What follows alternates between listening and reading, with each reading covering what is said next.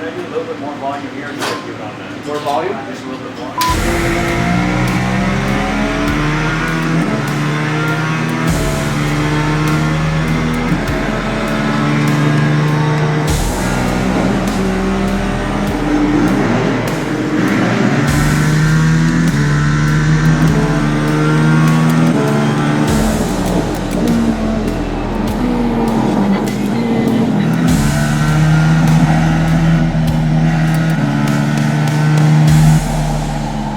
So that was fun, tuning the equipment and getting it all dialed in for what you need as a driver, GTP at the Nürburgring and Watkins Glen and driving the Ferrari. I mean, what was the best part of today for you? Driving. Yeah. That always the best part.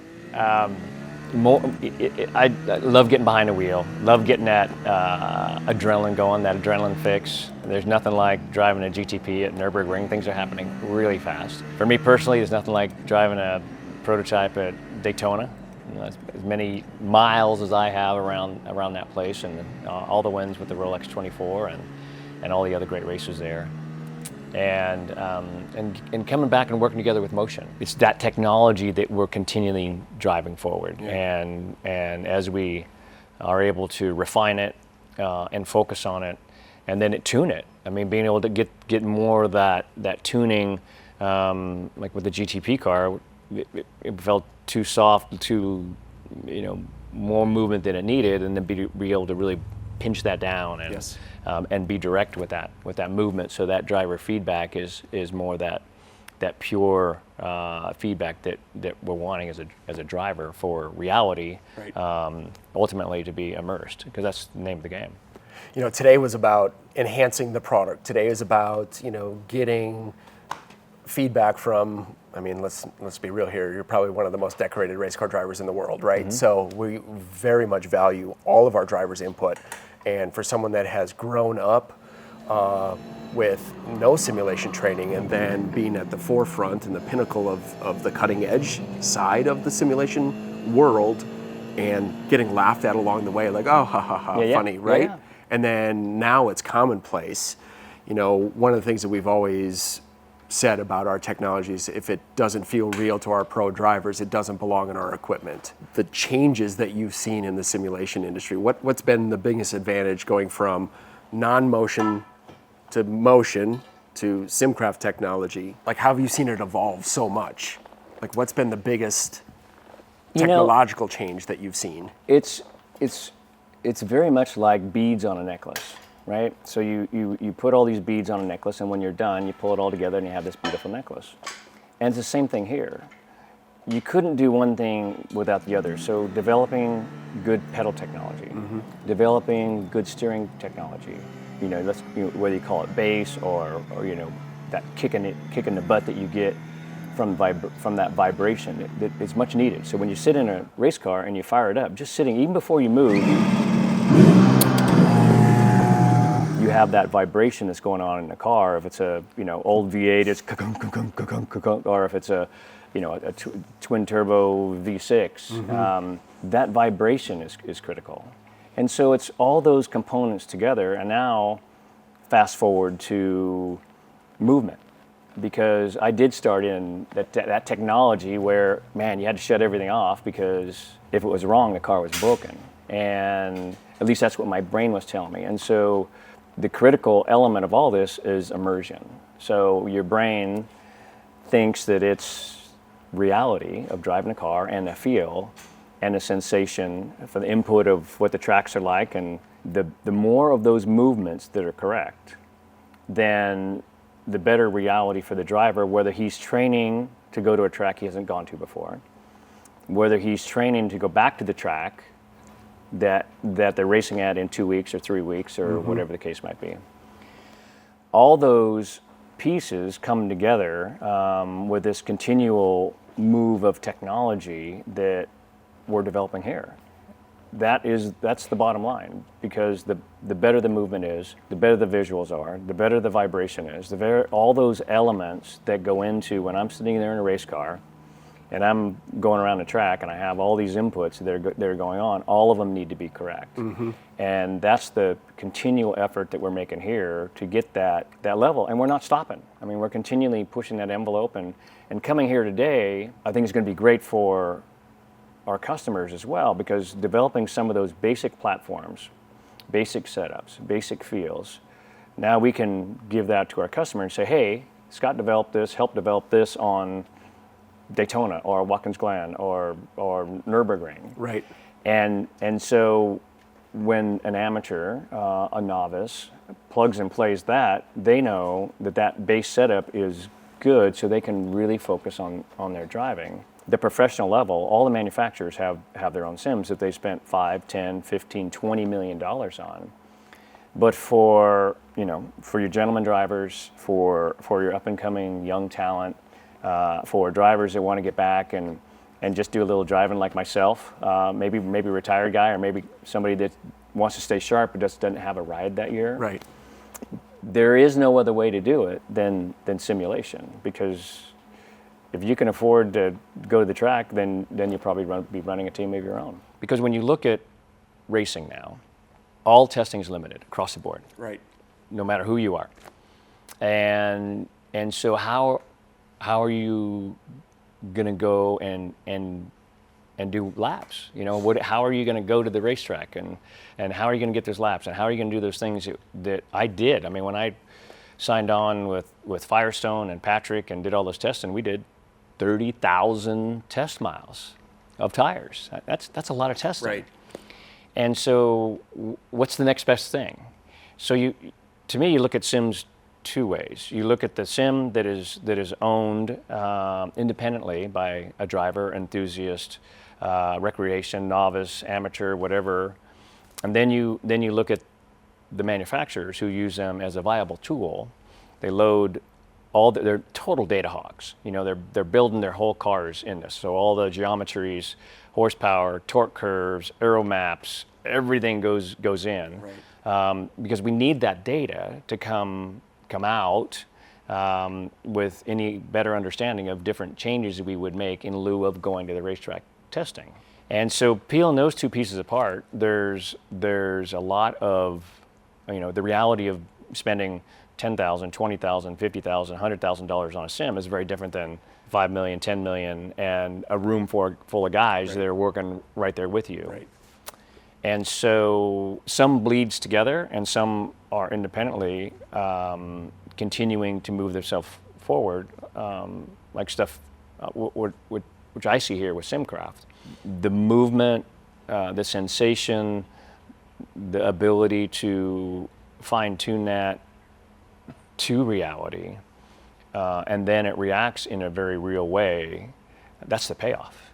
I mean, that is the payoff. And so when you sit there behind the wheel and you go and drive at whatever speed you want to drive, you're racing and continue to work on your abilities, your brain is immersed, and you come away from it. I mean, the adrenaline has settled down finally, but after about 3 or 4 laps at Nürburgring and in a GTP car, running, high 5s, low 6-minute laps, I come away and not only, is that adrenaline rushing, but you got the shakes and I mean, it feels like you've been driving.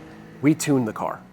Not only did we tune the physical characteristics within iRacing to make the car in the software react as you wanted it, but then we matched the physics from the chassis to what you need as a driver. We started at a baseline and fine-tuned it to what your brain needed as a driver to give you the most amount of immersion possible. When was the last time you had that type of experience in a car? That's the only pure sense of getting that. So how do we replicate that as a viable tool? And I keep coming back to a viable tool because there's a big difference between arcade game. Arcade game, you want something that's got a lot of movement and it's fun, or it's entertainment. Where when you're using something effectively as a tool, which we've been doing in the industry, all the manufacturers are using effectively as a tool. All the teams want to be involved. All the teams want a piece of the action. Right. And all of them want the unfair advantage. And so now we're seeing teams not only working with the manufacturers, but starting to do some more stuff on their own. And that is a effective tool. And as we're implementing our systems more with teams and serious drivers at that level, that continues to keep us razor sharp in what we need moving forward for the movement, for the visual, for the vibration, across the board, to give us a brain that can be immersed and think it's sitting behind a real steering wheel. In the other tech that you've been in, does anything that you've driven before in a simulated environment have the versatility and the tunability to get to that level? No. Or do you go into it like, well, it's good enough, and is that good or bad for your feedback? Everybody, all the manufacturers have their belief on what they're doing, and it's based off of, some are doing a lot of the work themselves. Some are relying on a supplier to do all this work. And it's been interesting, driving for the different manufacturers and driving all the different I've driven a lot of different sims around the world. And they all have their view of how they're trying to get to the same spot. Yeah. It becomes very complicated and it becomes very cumbersome. And with some of those systems, they're needing a room full of people to back them up on trying to get that technology, which in some of the stuff that I've driven in the past, it wasn't there. Now that you're a part of what we're doing here and helping us out in levels that we've never been to before, which we really appreciate, and you have the CT chassis at home, which is our small footprint unit. Yep. How would you relate that version of our model of the small footprint compact trainer to everything else that you've driven? Not even the Apex 6, just the unit that you have at home as far as fidelity, accuracy, and what you need. It's the best of what I've run. And it's the continual of working together with you guys. It's great with iRacing, but it has its limitations. No disrespect to iRacing. I think they're doing a fantastic job. R-Factor Pro, that's a very old system. That's kind of what we based our initial platform off of. So you have this driver that is running everything that continues to get better. Everything that iRacing is doing is going to continue to get better, and it challenges us with SimCraft to do a better job at what we're doing, because as the fidelity gets better, we're able to recreate a more of a pure environment when you're sitting behind the wheel. And I haven't been involved with any other, in and around, haven't drove any other sims that I would feel at this level, with the movement, with the interaction, with the inputs that all these different things we're talking about give me, to make it feel like, yeah, this is making me feel like, I'm sweaty under the arms, I got adrenaline going, and my brain's thinking I'm out there driving at, Daytona or Watkins Glen or whatever the track might be. Now, the Apex 6 has all 6 degrees of freedom on it, so but we really focused on the yaw and the pitch. I would argue that those are probably the two most important motion cues for a driver and what they need to feel the right amount of rotation of the vehicle, to work on their counter steering skills and know what's happening under full lock and how squirrely the car gets out from underneath them, which is really the premise and the approach to the version that you have at home, the CT model, which is yaw and pitch. Yeah. And your experience at home has been amazing, yes? It's been phenomenal. I mean, it's great to have another level, but it's an effective tool at that level. And the nice thing is, with the one I have at home, a bit smaller, a little bit more compact, and a lot easier to move around. So I can take it, I've taken it over to the racetrack, I've taken it to Sonoma, I've taken it to Laguna, let some other guys drive it, Get it out there, and just like we did with Jimmy Johnson, get guys behind the wheel, because at the end of the day, drivers are going to believe in it or not. And if it's a good product, and guys enjoy driving it and come away going, oh my gosh, I need one, that's the name of the game, and that's what I'm seeing. Every time I expose people to it and get them behind the wheel, they come away just amazed. So your version at home with just yaw and pitch, is that all you need as a driver, just yaw and pitch? For the level of what we're doing right now, I think it's perfect. I've seen some of the sims in here where you're doing aircraft simulators and some other stuff. Now, obviously, that next degree opens things wide open for that level of trainer, a simulator. For racing, I can say that all the feedback that I've gotten back, it's great. It feels very real. You look at brake bias, and some drivers want a little bit more forward or a little bit further back, or you got a sway bar. One guy wants a little stiffer, a little softer, and same thing with motion. There won't be any big swings, but it's something that it's very intuitive to jump in and make some adjustments to it so you can get it right in that window. Because at the end of the day, it's all about immersion.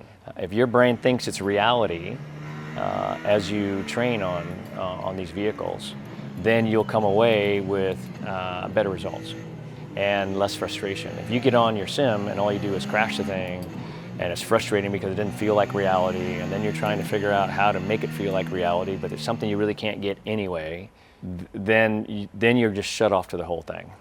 That was the one comment that when Jimmy Johnson drove our equipment, that was the one piece of feedback that he gave us, is that he had a non-motion equipment at home and couldn't put 2 laps together because he always drove on feel. Yep. And to learn a new process and pick something up that he's not really been exposed to because of the amount of exposure that was happening in the simulation world during the 2020 to 21, those years, it was interesting to watch people who have just driven on field not be able to pick up iRacing with a static piece of equipment at home. Yeah. Have you been in a lot of static non-motion technology? I've been and like how quickly were you able to grasp it? Like how long did it take for you to acclimate to it? Well, realize my first sim was one that we developed, myself and another gentleman at Sonoma, back in 2012. I was driving sim stuff and coming up with sim stuff before it's popular. He would write code. I'd tell him what this feels like reality. He'd write code.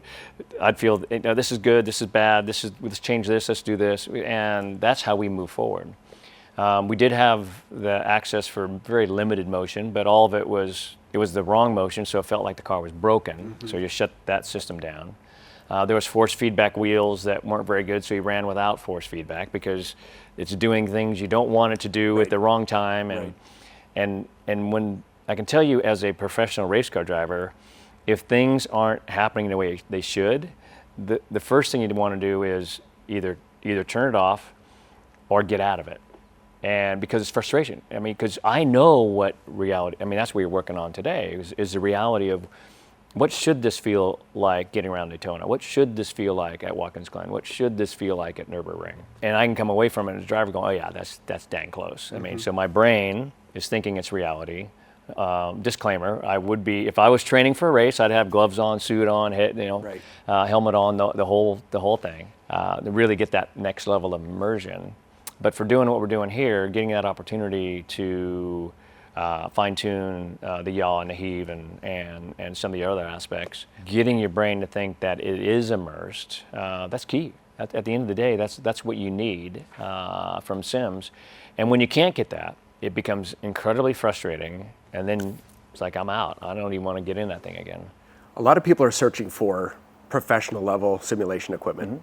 And there's a lot of people looking for us, and a lot of people, traffic coming to our website and, going down the path of product evaluation. Any recommendations to those individuals that don't know about driving this yet, coming from professional race car driver like yourself? We just tuned this thing for you, and your unit at home is tuned for you. Your seat time is your seat time. Yeah. And when people understand the versatility of the product level, your unit at home can turn into this Apex 6 because it's modular. Where do you recommend starting? Well, for what I have at home, I think it's a great place to start because I can move it around. I've taken it to the track. I let other guys drive it because that's the reality. Do you want an arcade game, or do you want a serious tool that's going to let you get to the next level as a driver, going to a new track, getting ready to go back to a track you haven't been to in a year, or just working on hand-eye coordination or just that input, because typically through the winter you're not doing a lot of driving. With all the restrictions from all the governing bodies, you cannot test. How is a driver going to be effective doing that? And it's the reality of serious sims like this, and that's the only level and way that you are going to get there, because everything else is no more than an arcade game. In your professional opinion, what's the downfall of not having the reality underneath you? Like what can you learn from a static environment, and what is good and bad about that environment as it relates to learning? I think just like in everything else, you have to have a foundation. And non-moving simulators, I think, give you a great foundation. And for some drivers, like myself, I don't come from a racing background, I don't come from money, so I had to come up with whatever I could over the years at whatever level of what I could afford and what was out there for me to be able to use. You're going to do what you can do at the level you can do it. And if your best way to get into the sport is through a non-moving, then that's what you have to do. Now, as you continue on and become at a very high level, very professional level, teams, manufacturers, sponsors, you are driven to perform.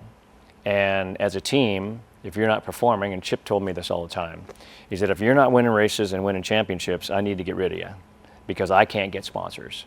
And I spent 13, 14 years with that man, won, I don't know, I think 5 championships together, 40 wins, because he always drove all his team to the next level, to get that unfair advantage, to get whatever he needed for the engineers, for the drivers, for the guys over the wall.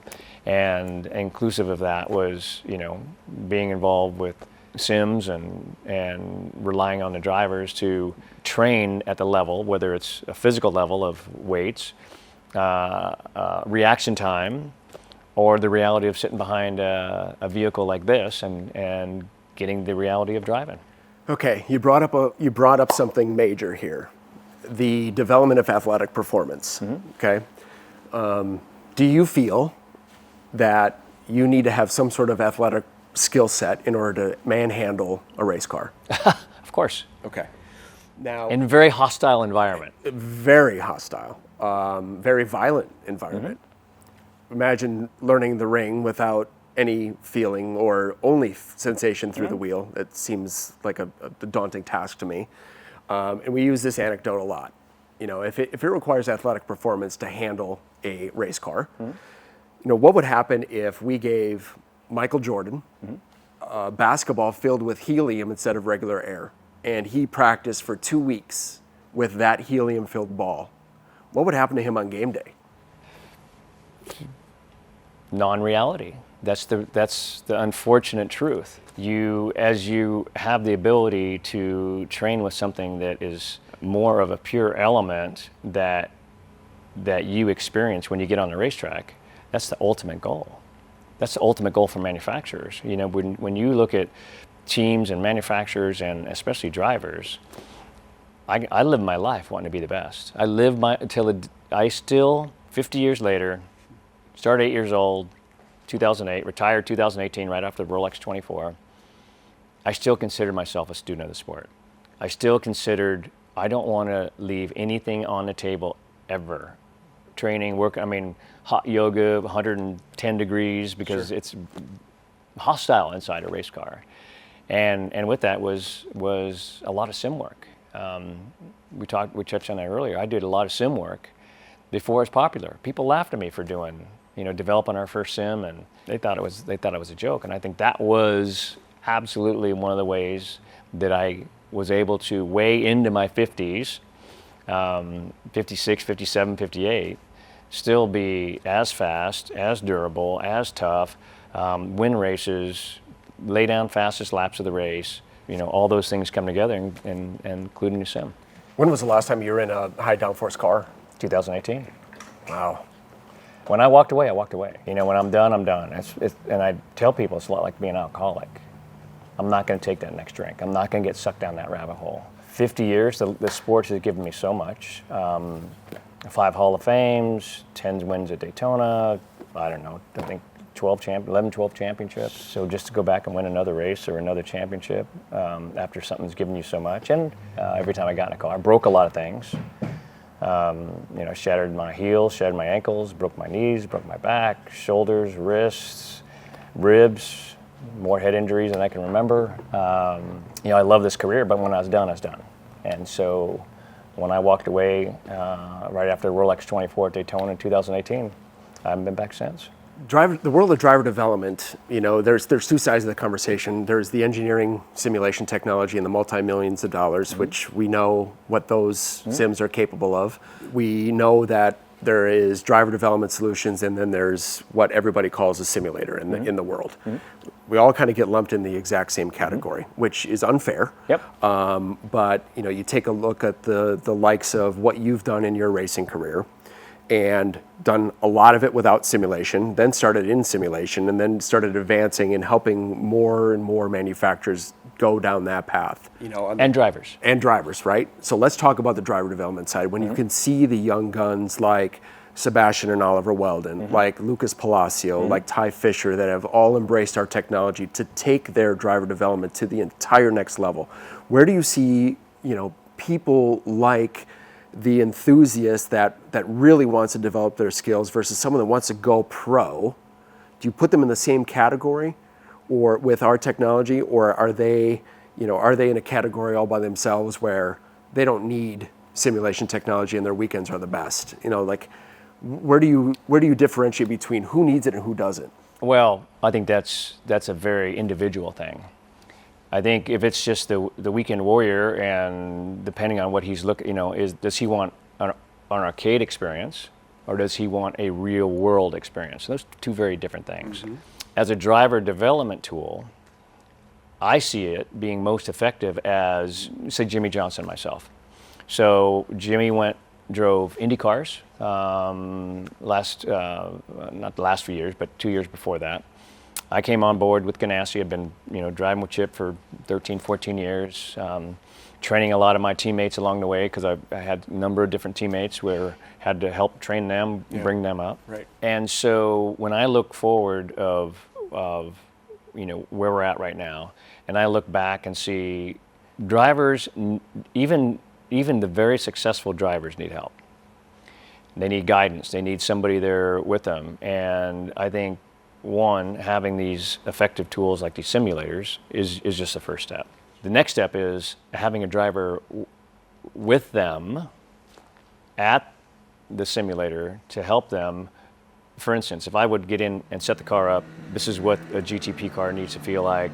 This is Daytona, 1,000,000 miles around that place.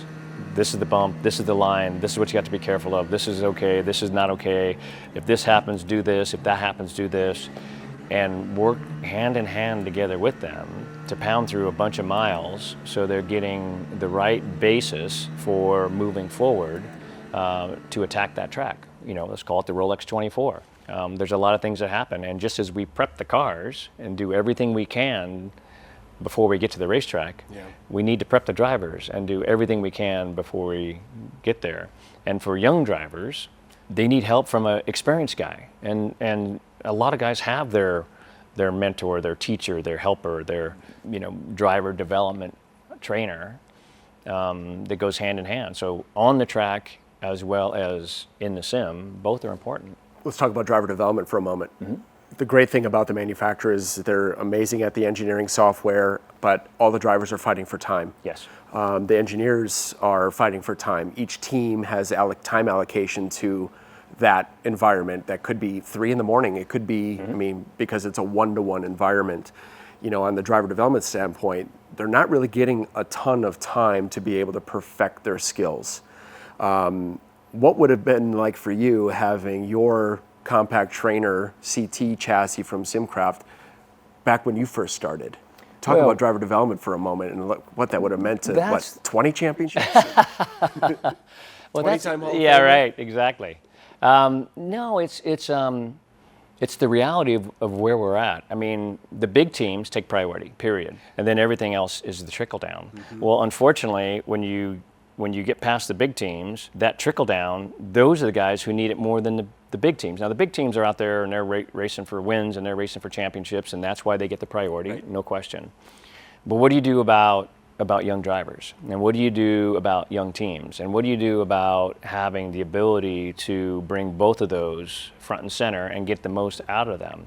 And for me, the system that I have at home is perfect for that, because you have the ability as a driver. And I mean, quite frankly, here I am, growing up and trying to drive anything I can, but you only were able to drive if you were able to connect with a team. Fast forward to where we are now, a lot of drivers have simulators, a lot of guys run them. And it still goes back to that same thing where you have to be able to recreate the environment that we live in as closely to reality as we can. And in my view, the system that we have, the one I'm driving at home, is as good as it gets. And as a driver that's trying to make his way up, that absolutely gives him an edge. Whether you're running in the GR series or whether you're running in the Cup series or whether you're in the IMSA and NASCAR, whatever the case might be, you need track time. I mean, I'll guarantee you right now, all this manufacturer sims. So you have in NASCAR, you have Toyota, you have Ford, and you have Chevy. You have Coda coming up next week. And I'll guarantee they're running 24 hours a day right now because those guys need the time, and not just need the time, but fight for the time. Drivers, teams, everything across the board. First road course race of the year. You can't go testing. How are you going to get that competitive edge? And that's exactly how you get that competitive edge. What would be the advantage for a large team that had a roster of 10, 15 people to all drive in unison, give feedback, to the engineers, as opposed to like a one-to-one environment where only one driver can be on track at a time? If everyone had access to technology like this and we're all running in tandem at a certain track, what would be the benefit to a team in the amount of feedback that they can get from every single one of those drivers? That's a great question. I think more than anything else right now, we're trying to just deploy what I would consider a great tool into these environments. And I as we sit here and talk right now, I have a number of teams I'm talking to where I think this would be a great way to deploy. So you have your manufacturer. Your manufacturer will support your, let's say, more affordable, smaller systems that can be deployed very much to the race team. And where do you stop? You can deploy one to every one of your teams if you wanted to. Right. The drivers are going to come away with an enhanced reality and or have great preparation before they go to the main sim, or the sim is full with all the proprietary teams that are at the top and have the ability to go and do some amount of development and driver development, and just getting that opportunity to, especially as a NASCAR guy coming up on the first race of the year on a road course, they want to get all the time they can get. And I'll guarantee that those drivers, if they're not going to the main manufacturer sim, they have their own at home or they're driving something. And I think it's up to us to be able to get something better in their hands to do a better job. Right before we got into that topic, you had said there's a lot of people that have simulation at home or they're evaluating simulation. And then you said that it's important to recreate it as close to the actual environment as possible. It all is about athletic performance in training and practicing. And racing is the one sport that you don't actively practice your craft to get better. You do cardio, you do weightlifting, you get your body right to handle the environment and the conditions, but you're never really, up until simulation is really kind of taken it to the next level, practiced in your own environment. What do you say to someone that is evaluating other technology or our technology all in one conversation? Because we all get lumped in the exact same thing. There's a massive difference between what would be necessary for driver development and athletic performance in building that type of muscle memory versus having a non-motion static unit where they're learning how to race the video game, race the game instead of perfecting their skills. What's your recommendation as a seasoned professional, decorated? I still believe every moment that you can spend on a proper sim, the better you're going to be. And what we have is a proper sim. Now, if you don't have enough money, and you're going to have to do what you got to do. However, with that being said, the technology is out there, and I do think we're just moments away from manufacturers and series and obviously if you have money, it's easier to get some of these tools than if you don't. But being able to have that teaching and that time behind the wheel, and because when they see the technology, because it's kind of like everything else, everything that gets developed. When we first came out with traction control, nobody wanted it because it applied the brakes, it actually slowed you down, it didn't work very well at all. But you kept at it, and you made improvement, and you kept at it, and you made improvement. And you went back to the suppliers, and you demanded that they had faster processors, and they could, a faster computer, and they had, you drove them to be better. Now we are here today, and people wouldn't do anything to move away from traction control. Mm-hmm. And I think it's the same thing with the sim. There's been so many different sims out there that create the wrong movement, and people get turned off and they don't want to use it, and they get frustrated. Because I know I've driven enough other sims when I get on them and I go, oh gosh, I hate this thing. It's like, but I had to go through the process to drive it hour after hour. I remember I was on one and it moved, and the movement wasn't great, and the video monitor was mounted to the sled and it was vibrating, and I couldn't keep focus on the road because it was vibrating so bad. I mean, if the tool is wrong, then people aren't going to use it. And just as I made the analogy with traction control, it was so backward initially, but you got to stick with it, and you got to align yourself with manufacturers that are doing the job that we need as a driver, as a team, as a manufacturer, to get that amount of information we need, whether it's driver development or whether we're trying to learn, because we can't test, more things about the car to be able to get an edge on our competition. Right. This conversation could go in about 100 different directions, because you've opened up the can of worms about not recreating the environment. So in the event that you are completely backwards, whether it be motion or not recreating how the visuals are connected to the chassis, or there's so many. I wouldn't say that the industry is congested with bad product, but it can be argued that there's so much in the market that is confusing.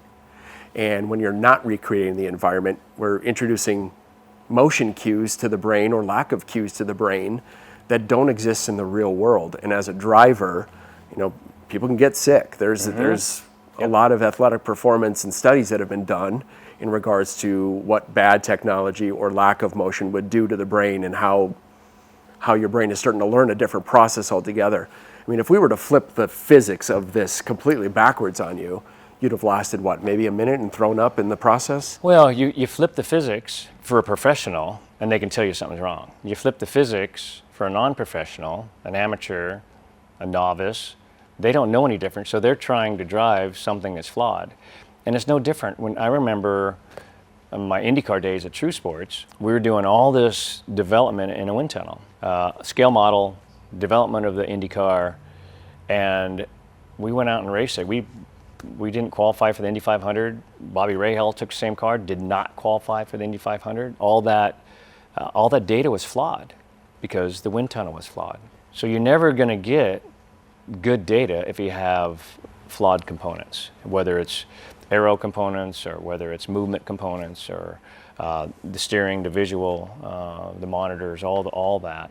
You have to have the purity of all that stuff, and the only way you know that your movement is correct is by putting professionals in it. I can tell you that from all the years of racing, I jump in this thing, I can tell you I get immersed, and you can put any other professional driver in, let them drive it, and they'll tell you the same thing. And so when you don't know what to expect, it might be your first time in a sim, and you really want to go racing, and you want to get some miles at a track you've never been at before. How are you going to do it? And this is that vehicle that you'll be able to do that.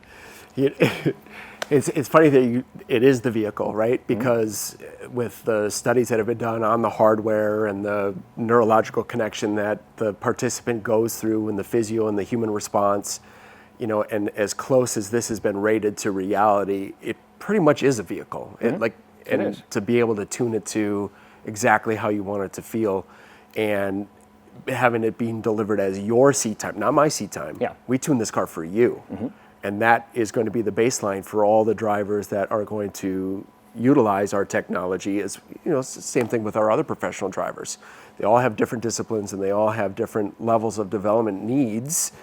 What do you think as far as the degrees of motion and the amount of physics that are on our equipment and the unit that you have at home? What are the most important motion cues for driver development? Well, you have heave, you have yaw, you have all those movements that have to come together. And the system I have at home, because you can fine tune it, because every driver wants something a little different, and it's no different with even with the big manufacturers and the sims I've drove there. There's some subtle things that each driver wants to make a little bit more unique for them. Now, I am going to give you one little disclaimer, is that if I was training to go to a race, to go racing, I'd be having my suit on, I'd have my helmet on, I'd have gloves on, and my brain will totally look at things differently than when you're doing it in street clothes and so on. So let's give you that disclaimer from the driving I'm doing. We have pictures of you wearing your full race suit and helmet in our equipment too. So. It's all those things that come together, and so you have all the movement, and then you also have all those other elements. And if you're really, really serious, you're going to go out and get the best one that is available, not the one that that's the most expensive, or the one that is YouTubers are saying, hey, I drive this thing all the time and it's really good. That's not reality. You need to look at products that are out there that are endorsed by seasoned professionals. I mean, guys who, I've been driving sim for a long time. We talked earlier before it was popular, and I got laughed at. I mean, I did. I took. There was 3 different manufacturers, and I hauled my sim down to Laguna Seca, and I showed them my sim and how it worked, and they came away and they went, "No way." All those manufacturers now have their multi-million-dollar simulators, but somebody had to be on the front end of that. Right. And so, for me, as I sit here and work together with you guys, we are on the front end of that, and we're embarking, I think, on some great new technologies, because it's been baby steps. First we got, okay, let's get a real racing seat. Okay, let's get a curved monitor. Okay, let's get some force feedback through the wheel.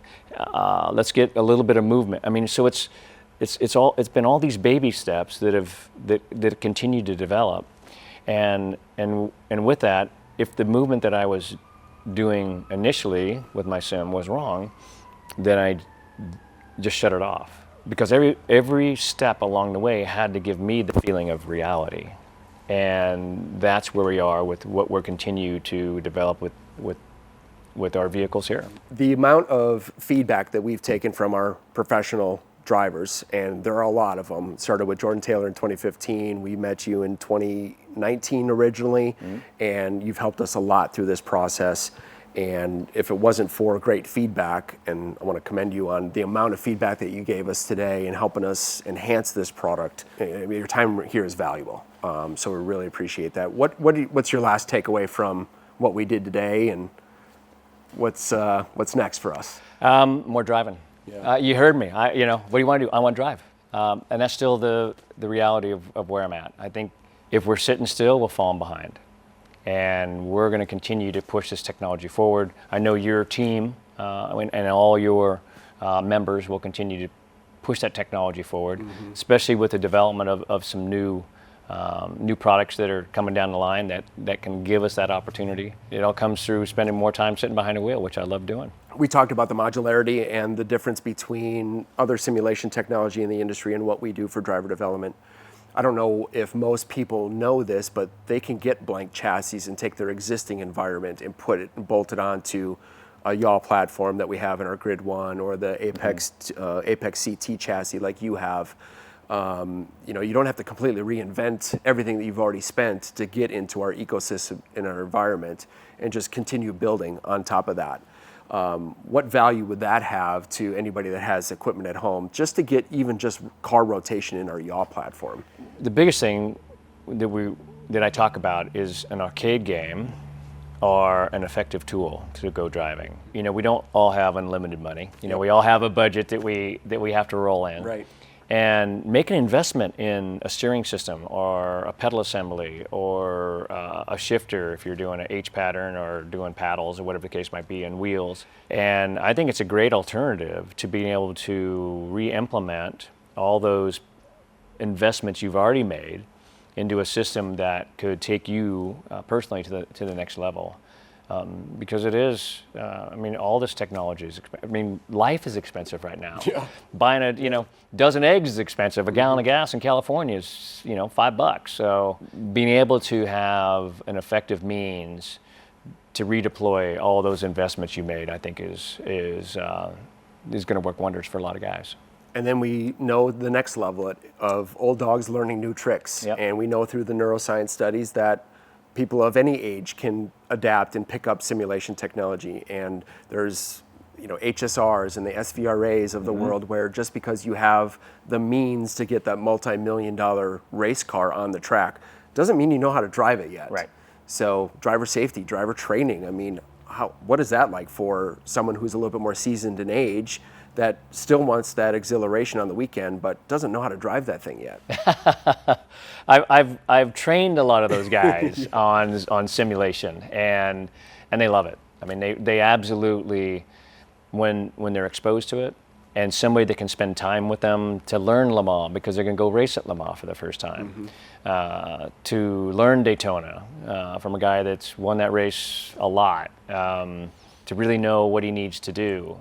They cherish that opportunity to work together, whether it's myself or other professional drivers, because there's other guys doing that, to let them know and understand in a very safe world, because a lot of these guys that can afford to have those cars have a different job, that they can't afford to get hurt, break a leg, break an arm, or something more serious. And so the sim is that perfect vehicle for them to train in a very safe environment to go and get on a racetrack. Well, especially being able to perfect your skills at professionally recreated tracks across the world within the platform of iRacing. Yep. In your professional opinion, how close in track accuracy is iRacing? iRacing's phenomenal. I think that they're the gold standard by far. And what they've done and how they map the tracks. And I've drove a lot of different sims, and some driven by iRacing, some driven by other manufacturers. And iRacing in the tracks that I know for a fact, we were driving Daytona, the bumps, the seams, you look at those cues that are on track that I acutely know, and they're true to life. So racers of all caliber, from karters all the way up the ladder to vintage racing professionals of all sorts, should have SimCraft. Is that what it is? Should have SimCraft? Is that what you're saying? Exactly right. Well, good. Well, we value your time here. Appreciate you stopping by and giving us amazing feedback. It's great to be here. It's awesome. Glad to have you. Thanks, man. Thank you, guys.